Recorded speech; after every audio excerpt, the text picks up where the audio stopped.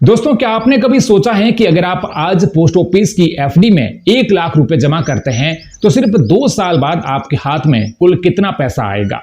और सबसे बड़ी बात, क्या आज भी पोस्ट ऑफिस की एफडी उन लोगों के लिए एक अच्छा ऑप्शन मानी जाती है जो अपने पैसों को कंपैरेटिवली सेफ जगह पर रखना चाहते हैं। क्योंकि आज के समय में लोग कहीं म्यूचुअल फंड्स, कहीं शेयर मार्केट, कहीं अलग अलग इन्वेस्टमेंट एप्स में पैसा लगा रहे हैं। लेकिन बहुत सारे लोग ऐसे भी हैं जो चाहते हैं कि उनका पैसा ज्यादा रिस्क में ना जाए और उन्हें एक फिक्स्ड इनकम या फिक्स्ड ग्रोथ जैसा एक्सपीरियंस मिले। और इसी वजह से पोस्ट ऑफिस टाइम डिपॉजिट यानी पोस्ट ऑफिस एफडी आज भी लाखों लोगों की पसंद बनी हुई है।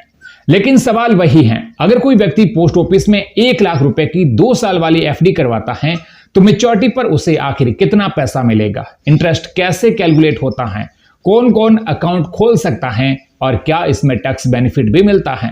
आज की इस वीडियो में हम आसान भाषा में पोस्ट ऑफिस एफडी की पूरी डिटेल समझेंगे, इंटरेस्ट रेट जानेंगे और आखिर में एक रियल एग्जांपल से पूरा कैलकुलेशन भी देखेंगे ताकि आपको साफ समझ आ जाए कि आपका पैसा 2 साल में कितना बन सकता है।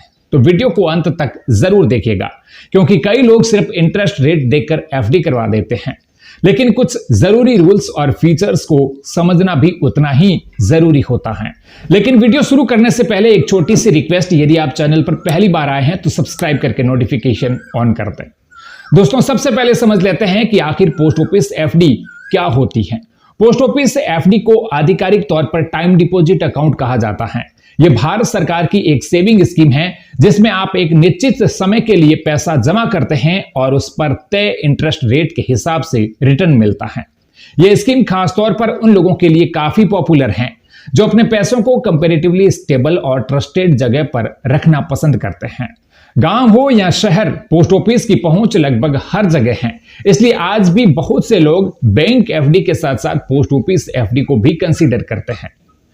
अब बात करते हैं इसमें कितने समय के लिए एफडी करवाई जा सकती है। पोस्ट ऑफिस में कुल 4 तरह की टाइम डिपॉजिट यानी टीडी अकाउंट्स उपलब्ध हैं। 1 साल की एफडी, 2 साल की एफडी, 3 साल की एफडी और 5 साल की एफडी। हर टेन्यूर पर अलग अलग इंटरेस्ट रेट मिलता है, लेकिन आज की इस वीडियो में हमारा मेन फोकस रहेगा 2 साल वाली एफडी पर, क्योंकि बहुत सारे लोग शॉर्ट टर्म इन्वेस्टमेंट के लिए इसी ऑप्शन को चुनते हैं। अब सबसे जरूरी सवाल, कौन कौन post office FD account open कर सकता है। अगर एलिजिबिलिटी की बात करें तो भारत का रेजिडेंट सिटीजन इस अकाउंट को ओपन कर सकता है। एक सिंगल व्यक्ति अपना अकाउंट खोल सकता है। इसके अलावा जॉइंट अकाउंट भी ओपन किया जा सकता है जिसमें मैक्सिमम 3 लोग शामिल हो सकते हैं। गार्जियन अपने माइनर बच्चे की तरफ से अकाउंट ओपन कर सकता है और अगर कोई बच्चा 10 साल की उम्र पूरी कर चुका है तो वह अपने नाम से भी अकाउंट ओपन कर सकता है। यानी यह स्कीम सिर्फ बुजुर्गों के लिए नहीं बल्कि बच्चों से लेकर के फैमिली इन्वेस्टमेंट तक के लिए इस्तेमाल की जा सकती है। अब बात करते हैं मिनिमम इन्वेस्टमेंट की।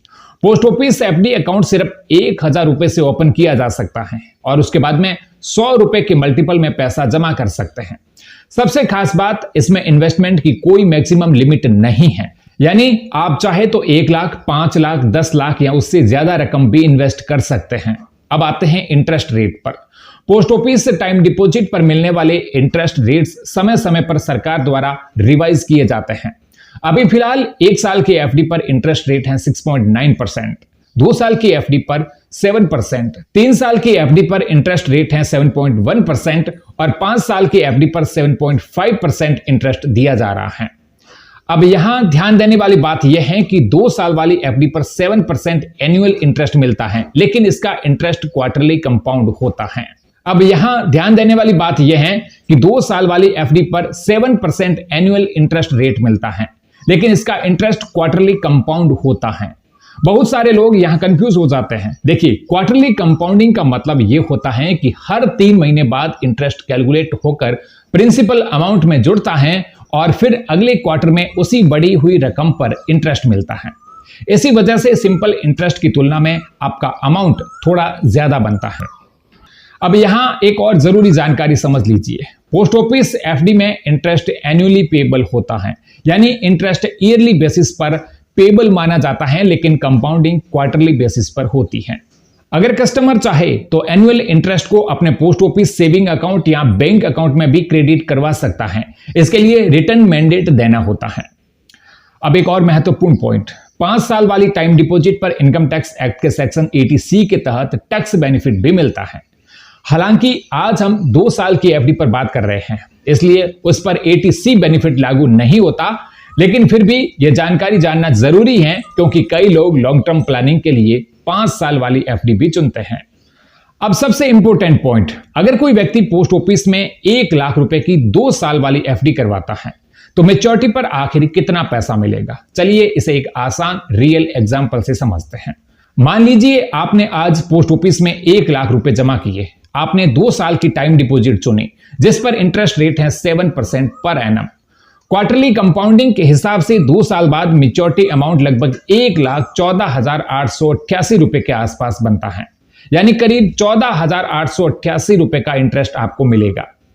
अब यहां मैं फिर से क्लियर कर दूं, ये कैलकुलेशन उस समय के एप्लीकेबल इंटरेस्ट रेट के आधार पर हैं और फ्यूचर में रेट्स बदल भी सकते हैं। लेकिन इस एग्जांपल से आपको यह समझ आ गया होगा कि क्वार्टरली कंपाउंडिंग की वजह से आपका अमाउंट थोड़ा ज्यादा ग्रो करता है। अब सोचिए, अगर कोई व्यक्ति एक साथ बड़ी रकम इन्वेस्ट करता है जैसे 5 लाख 10 लाख, तो मैच्योरिटी अमाउंट कितना बड़ा हो सकता है। इसी वजह से पोस्ट ऑफिस से लोग अपने इमरजेंसी फंड, रिटायरमेंट सेविंग्स और शॉर्ट टर्म फाइनेंशियल प्लानिंग के लिए पोस्ट ऑफिस एफडी को कंसीडर करते हैं। अब सवाल आता है, मैच्योरिटी कब मिलती है?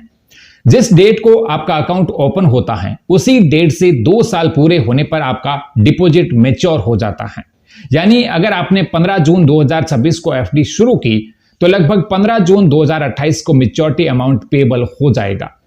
अब कुछ लोग पूछते हैं कि क्या मैच्योरिटी के बाद पैसा ऑटोमेटिकली अकाउंट में आ जाता है? देखिए, कई केसेस में आपको मैच्योरिटी प्रोसेस कंप्लीट करनी पड़ती है, इसलिए मैच्योरिटी डेट को ट्रैक करना भी जरूरी होता है। और अगर आपने स्टैंडिंग इंस्ट्रक्शन दिया है तो कुछ सुविधाएं ऑटोमेटिकली मिल सकती हैं। अब एक प्रैक्टिकल बात समझिए, आज के समय में इन्वेस्टमेंट सिर्फ रिटर्न देकर नहीं करना चाहिए, बल्कि आपको यह भी समझना चाहिए कि आपका फाइनेंशियल गोल क्या है।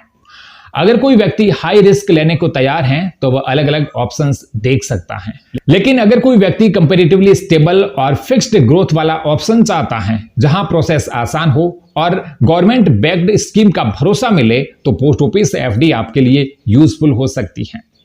खासतौर पर छोटे शहरों, गांवों और सीनियर सिटीजन्स के बीच ये काफी पॉपुलर रहती है। ये वीडियो सिर्फ इंफॉर्मेशन पर्पस के लिए है। इन्वेस्टमेंट से पहले अपनी फाइनेंशियल जरूरतों को समझें और साथ ही सर्टिफाइड फाइनेंशियल एडवाइजर से सलाह भी जरूर लें। उम्मीद है ये जानकारी आपको पसंद आई होगी। वीडियो को लाइक और शेयर करें और ऐसी ही फाइनेंशियल इंफॉर्मेशन पाने के लिए सब्सक्राइब करें।